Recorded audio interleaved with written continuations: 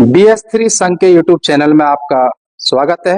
हमारे साथ मौजूद हैं भारतीय संरक्षण सेवा संघ के राष्ट्रीय लीडर माननीय प्रोफेसर एस के गौतम जी। एस के गौतम जी, मेरा एक सवाल है। हाल ही में बड़ा एक गर्म मुद्दा है और वो मुद्दा है हिंदू राष्ट्र बनाने की मांग। आज भारत के एक कोने में, जो कि महाराष्ट्र के नांदेड़ में हाल ही में एक घटना हुई है, सक्षम और उसके साथ आंचल की। तो आंचल के परिवार ने उस सक्षम को घर पर बुलाकर धोखे से मारा और ये कहकर मारा कि वो भीम वाला था इसलिए मार दिया। तो यानी कि मैं कहूं, जिस नांदेड़ में जो घटना हुई, तो हिंदू राष्ट्र बनाने की जो लोग मांग कर रहे हैं, तो ऐसा सुनने में मिला है मुझे कि वो आंचल ओबीसी परिवार से थी और लड़का एससी परिवार से, क्योंकि वो अम्बेडकरवादी था और उसको भीम वाला कहकर मार डाला। तो ऐसा हिंदू राष्ट्र बनेगा? थे तो दोनों ही हिंदू। तो इस पर आप क्या कहना चाहेंगे? जी जी, बहुत बहुत धन्यवाद। और मैं भारतीय संरक्षण सेवा संघ यानी BS3 की तरफ से सभी देशवासियों का हार्दिक अभिनंदन और स्वागत करता हूं। बहुत ही अच्छा मुद्दा लेकर आप आए और ये तो पीड़ा हजारों साल की है। जातिगत शोषण कोई नया नहीं है। इसी के चलते परम पूज्य बोधिसत्व बाबा साहब डॉक्टर भीमराव अम्बेडकर जी का पूरा जीवन उन्होंने न्यौछावर कर दिया। पता नहीं कितने महापुरुष चले गए इसी जातिगत भेदभाव को समाप्त करने की मुहिम को लेकर जो चले थे, लेकिन ये जाति व्यवस्था आज भी ज्यों की त्यों खड़ी है और वो इसी तरह से हत्याएं, बलात्कार, शोषण आज इसी तरह से आज भी जारी। अभी जो घटना हुई है, इस पर मुझे एक वाक्य याद आ रहा है।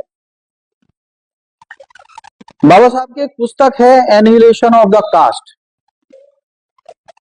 जातिवाद का विनाश, जाति भेद का उच्छेद। तो इसमें बाबा साहब स्पष्ट कहते हैं कि सामाजिक समानता के बिना आपको अन्य किसी भी प्रकार की समानता मिलती है वो अर्थहीन है, उसका कोई भी महत्व नहीं है। सामाजिक समानता का मतलब है कि इस देश में रहने वाला प्रत्येक व्यक्ति दूसरे व्यक्ति को व्यक्ति की नजर दृष्टि से ही देखे, इंसान दूसरे इंसान को इंसान ही समझे। बाबा साहब दूसरी बात ये कहते हैं, उसको हमारे सभी सामाजिक संगठनों को और राजनीतिक संगठनों को भली भांति समझ लेना चाहिए। बाबा साहब इसी की पुस्तक में कोट करते हैं कि जातिवाद को खत्म करने का जो प्रयास, जातिवाद को खत्म करने का जो प्रयास लोग आज की डेट में कर रहे हैं, उस समय जब पुस्तक लिखी थी और पहले से करते आए हैं, तो उनमें मुख्यतः तीन बातें बाबा साहब ने बताई कि वो क्या काम करते हैं। पहला काम तो वो करते हैं कि मेल मिलाप के सम्मेलन, भाईचारा सम्मेलन वो आयोजित करते हैं। दूसरा काम वो करते हैं सहभोज, यानी भिन्न भिन्न जातियों के लोगों को बिठा के तो एक साथ उन्हें खाना खिलाना। और तीसरा काम जबरदस्ती बामुश्किल तो कोशिश करते हैं कि भाई इनकी शादी करा दो, अंतरजातीय विवाह करा दो। तो तीन चीजों को लेकर कार्यनीति बनाकर तो बहुत सारे संगठनों ने समय समय पर सदियों से मतलब इस पर काम कर रहे हैं। तो बाबा साहब लेकिन समझ गए थे कि अगर ये जाति व्यवहारिक बुराई होती तो आपसी सम्मेलनों से, सहभोज करने से, अंतरजातीय विवाह करने से तो ये खत्म हो जाती। तो बाबा साहब ने कहा कि ये जो काम है, सहयोग करना, आपसी भाईचारा करना, अंतरजातीय विवाह करना, इससे जातिवाद का निपटारा महज मात्र इतना है जैसे पानी पर लकीर खींच दी हो। वो कुछ समय तो दिखाई देगी, उसके बाद उसका अस्तित्व खत्म हो जाएगा। और ये सच्चाई भी है। आप जब अंतरजातीय विवाह में अभी जो ये हत्या हुई है, तो इसका एक मूल कारण ये है कि अंतरजातीय विवाह करने में हमें समझना पड़ेगा सभी देशवासियों को, केवल वधु की जो लड़की होती है, केवल उसकी जाति परिवर्तित होती है, ना कि उसकी समाप्त होती है। पहली बात समझनी पड़ेगी। ऐसा नहीं है कि एक जाति के व्यक्ति ने दूसरी जाति के व्यक्ति से शादी कर ली तो दोनों की जाति अब इस देश में खत्म। नहीं, इतना तो हो सकता है कि वो लड़की वहां के अमुक जाति की बन जाए, जिस जाति का वो है परिवार, इतना तो है, लेकिन जाति खत्म नहीं होती। यानी वो पक्ष जिसने लड़की दी है और वो पक्ष जिसने लड़की दी है, बेटा वाला और बेटी वाले, उनकी जाति वो ही रहती है जिस जाति से वो बिलोंग पहले से करते थे। तो जाति व्यवस्था खत्म नहीं हुई। इसी प्रकार से जो लोग आपसी सहभोज करते हैं, तो वो आपसी भाईचारा तो करते हैं, लेकिन इस नाम पे करते हैं कि मैं इस जाति का हूं, मैं इस जाति का हूं, और आपस में मेल मिलाप हो जाए।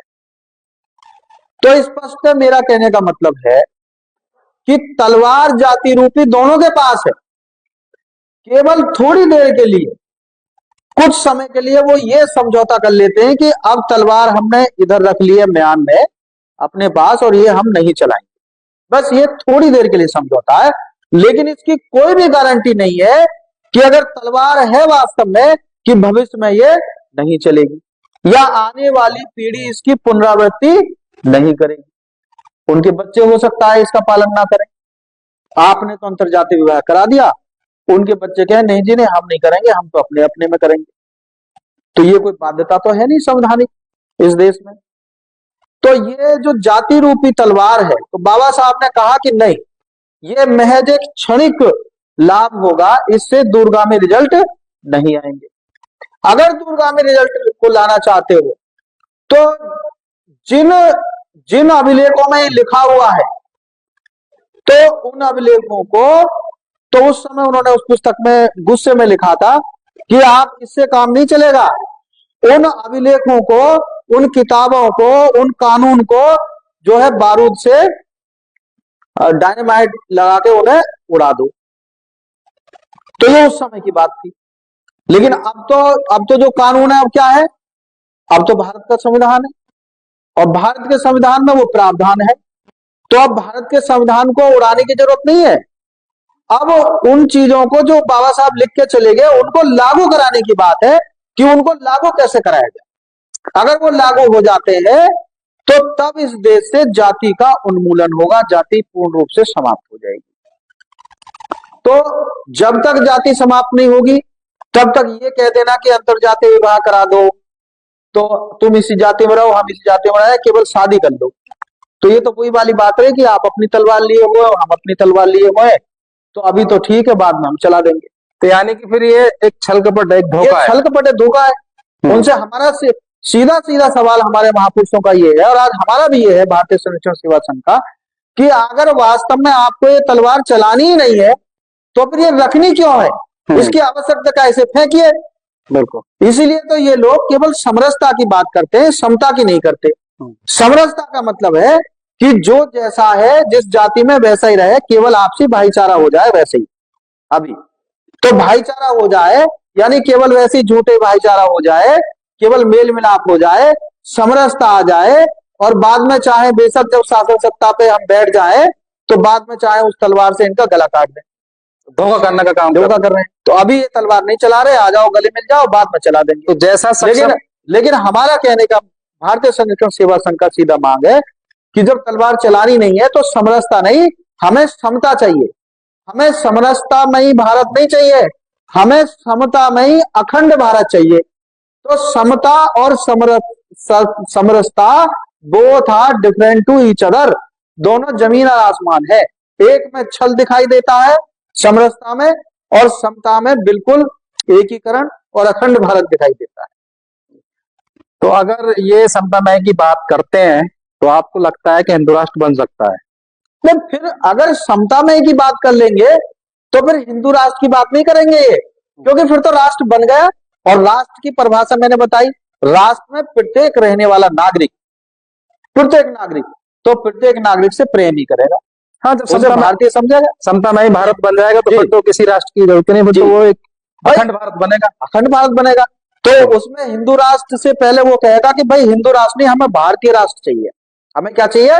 भारतीय राष्ट्र। अगर जाति व्यवस्था खत्म हो जाती है तो फिर हिंदू राष्ट्र या मुस्लिम राष्ट्र या सिख राष्ट्र या जैन राष्ट्र या बौद्ध राष्ट्र की बात नहीं करेंगे लोग। बात फिर कहेंगे कि हम भारतीय हैं। हम कौन है? हम भारतीय हैं, हम भारतीय राष्ट्र के हैं। लेकिन अब भारतीय राष्ट्र से पहले वो अपने अपने पंथ, अपनी अपनी जाति के राष्ट्र बनाना चाहते हैं। बहुत बहुत धन्यवाद। बहुत बहुत शुक्रिया।